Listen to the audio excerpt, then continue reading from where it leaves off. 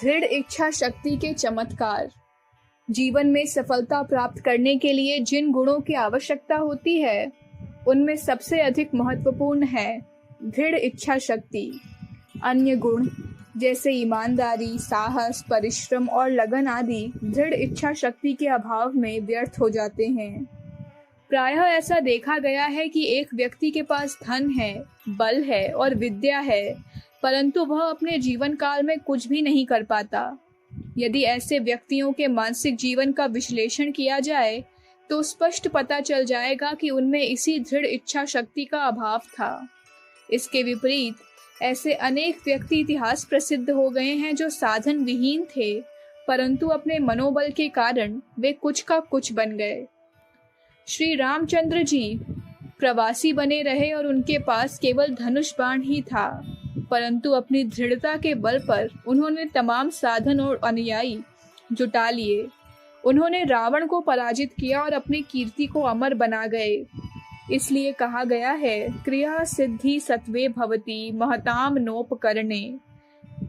यह सत्व और कुछ नहीं दृढ़ इच्छा शक्ति ही है। यह सत्व जितनी अधिक मात्रा में मनुष्य में वर्तमान होगा, उतना ही वह जीवन में सफल होगा। सिकंदर, नेपोलियन, महमूद गजनवी और चंद्रगुप्त मौर्य आदि विजेता अपने निश्चय पर हिमालय की भांति अटल रहे। लोग उनके लक्ष्य को असंभव बताकर उनकी हंसी उड़ाते रहे, परंतु उन्होंने अपनी दृढ़ इच्छा शक्ति का कभी भी तिरस्कार नहीं किया। कोलंबस के मन में बड़ी तीव्र इच्छा थी कि वह अटलांटिक को पार करके नया संसार खोज निकाले। उसके नाविकों ने हिम्मत हार दी और उसका भरसक विरोध किया, परंतु उसने जो कुछ करना था कर दिखाया। बंगला के प्रसिद्ध कवि माइकल मधुसूदन दत्त को अंग्रेजी का सफल कवि बनने और इंग्लैंड का भ्रमण करने की तीव्र इच्छा थी। वह अल्पायु में सफल कवि बने। महात्मा गांधी तो दृढ़ इच्छा शक्ति के मानो अवतार ही थे। उन्होंने अकेले ही संसार के सबसे बड़े साम्राज्य को हिलाकर झकझोर डाला। कहने का तात्पर्य यह है कि दृढ़ इच्छा शक्ति जीवन में सफलता प्राप्त करने की कुंजी है। यह दृढ़ इच्छा शक्ति क्या है? इसका अर्थ है, मैं यह काम करूंगा और करके ही रहूंगा, चाहे जो कुछ हो। ऐसी बलवती इच्छा को जिसकी ज्योति अहर्निश कभी मंद न हो, दृढ़ इच्छा शक्ति कहते हैं। यह ढुलमुलाई कीनी की विरोधी प्रवृत्ति है। बहुत से लोग ठीक से निश्चय नहीं कर पाते कि वे क्या करें। उनका मन हजार दिशाओं में दौड़ता है। वे दृढ़ इच्छा शक्ति के चमत्कार को क्या समझ सकते हैं? इस शक्ति के अंतर्गत दृढ़ निश्चय, आत्मविश्वास, कार्य करने की अनवरत चेष्टा और अध्यवसाय आदि गुण आ जाते हैं। यह शक्ति मनुष्य के मुखमंडल पर अपूर्व तेज उत्पन्न करती है और आंखों में सम्मोहन का जादू लाती है। यही कारण है कि दृढ़ इच्छा शक्ति संपन्न व्यक्ति के संपर्क में आते ही निर्बल चित्त वाले मनुष्य उसी प्रकार उसकी ओर आकर्षित होते हैं जैसे चुंबक की शिला की ओर लौह कण। उसके मस्तिष्क से मानसिक तरंगे निकलकर वायुमंडल में लहराती है और आसपास के व्यक्तियों को अज्ञात रूप से प्रभावित करती है। रूप, रंग, धन, यौवन में उतना आकर्षण नहीं होता जितना दृढ़ इच्छा शक्ति में होता है। अब प्रश्न यह है कि ऐसी सम्मोहक दृढ़ इच्छा शक्ति को उत्पन्न कैसे किया जाए? उत्तर है अभ्यास के द्वारा। अब से 1 शताब्दी पूर्व तक मनोवैज्ञानिकों का विचार था दृढ़ इच्छा शक्ति का एक सहज अर्थात प्रकृति प्रदत्त गुण है। आज यह विश्वास बदल रहा है। वह गुण मस्तिष्क के किसी अंग की सबलता या निर्बलता से संबंधित नहीं है। वास्तव में यह मनुष्य की परिस्थितियों, आदतों और अभ्यास के अनुसार बनता अथवा बिगड़ता है। इस गुण का बीजारोपण जन्म से लेकर लालन पालन के काल से ही हो जाता है। ऐसे परिवार में जो साधन संपन्न है, जिसमें बालक की प्रत्येक इच्छा पूरी की जाती है, या जिसमें बालक माता पिता की एकमात्र संतान होने के कारण प्रेम का भाजन होता है, पलने पर एक बालक में दृढ़ इच्छा शक्ति का उत्पन्न होना स्वाभाविक है। परंतु हर दशा में ऐसा ही होता है, यह नहीं कहा जा सकता। इच्छा शक्ति में दृढ़ता लाने के लिए आवश्यक है कि बालक कुछ अवरोधों का अनुभव करता रहे। साथ ही यह अवरोध ऐसे भी ना हो जिन्हें बालक पार न कर सके और हतोत्साह हो जाए। अस्तु, बालक के लालन पालन में माता पिता को बहुत जागरूक रहना चाहिए।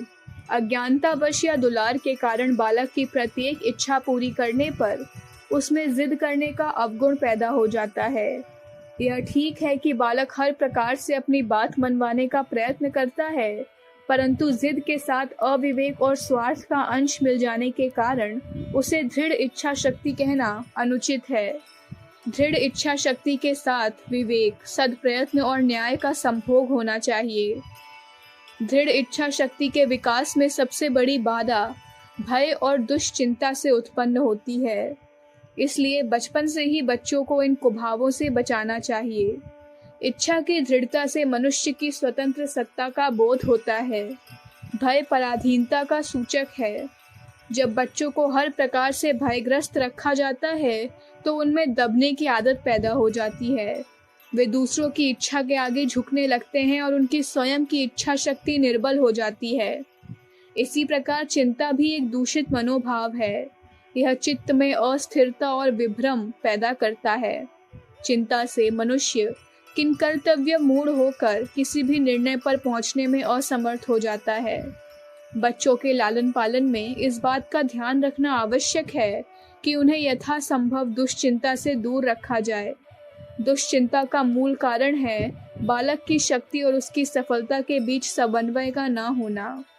जब बालक किसी वस्तु को प्राप्त करना चाहता है परंतु इस कार्य में उसकी शक्ति अपर्याप्त होती है तो वह चिंता से पीड़ित हो उठता है। यह बात मनोरंजन, पढ़ाई और घरेलू कामों के विषय में भी लागू होती है। जहाँ तक संभव हो बालक को कोई भी ऐसा कठिन काम न देना चाहिए जिसे पूरा करने में वह सर्वथा असमर्थ हो। इसके अतिरिक्त घर का वातावरण भी शुद्ध और पवित्र होना चाहिए। अभाव, गृह कलह और अनैतिकता भी बालकों के मन में भीषण अंतर्द्वंद पैदा करती है और बालकों की दृढ़ इच्छा शक्ति को निर्बल बनाती है। बालकों को इनसे दूर रखना उचित है। वयस्क होने पर हम स्वयं अपनी आदतों के लिए जिम्मेदार होते हैं। दृढ़ इच्छा शक्ति को बनाए रखना हमारे अपने हाथ में है। सर्वप्रथम हमें तुरंत निश्चय करने तथा लक्ष्य चुनने की आदत डालनी चाहिए। जब हमारे सामने दो या दो से अधिक प्रबल आकर्षण हो तो हमें उनके बीच में लटके नहीं रहना चाहिए। या तो स्वयं या अपने किसी अंतरंग मित्र से सलाह लेकर यह निश्चय कर लेना चाहिए कि हमें कौन सा मार्ग अपनाना है। दो घोड़ों पर एक साथ सवार होकर चलना असंभव है। हमें एक हमारे परम आत्मीय जन ने इस प्रकार की दुविधापूर्ण स्थिति से निकलने का एक बड़ा ही व्यवहारिक उपाय बताया। वे स्वयं एक ऐसी ही स्थिति में पड़ गए जिनमें उनके सामने दो प्रबल आकर्षण थे। उनका मन कभी एक ओर दौड़ता, कभी दूसरी ओर। उनका स्वास्थ्य गिरने लगा और वह बड़े संकट में फंस गए। अंत में वह कागज कलम लेकर बैठ गए। उन्होंने दोनों आकर्षण के पक्ष और विपक्ष में सारे तर्क लिख डाले। बाद में दोनों की तुलना करके जो आकर्षण उन्हें न्यायोचित और उपयोगी जान पड़ा उसी को मानकर वे चलने लगे। बस उनके मन में जो संघर्ष था शांत हो गया और वे अपने उद्देश्य की पूर्ति में सफल हो गए। उनकी इच्छा शक्ति भी सबल हो गई। किसी भी पक्ष को ग्रहण करने के पूर्व यह अवश्य सोचना चाहिए कि इस काम को करने में मेरी अधिक से अधिक कितनी हानि हो सकती है। फिर उस हानि को सहन करने के लिए तैयार हो जाना चाहिए और कार्य आरंभ कर देना चाहिए। इससे मन में दृढ़ता उत्पन्न होती है और मनुष्य प्रलोभनों से बचा रहता है। प्रायः ऐसा भी होता है कि एक निश्चय पर पहुंचने के बाद कार्य आरंभ किया गया, परंतु कुछ समय बाद ही कोई अन्य प्रलोभन सामने आ जाती है। फिर वही पहले वाली अनिश्चय की स्थिति उत्पन्न हो गई। यदि मनुष्य इस नए प्रलोभन का शिकार हो गया तो उसकी इच्छा शक्ति निर्बल पड़ जाती है। अतः अपने प्रथम निश्चय से कभी डिगना नहीं चाहिए। प्रलोभनों के अतिरिक्त अपने निश्चय पर अटल रहने में दूसरे प्रकार की बाधाएं भी उत्पन्न हो सकती हैं।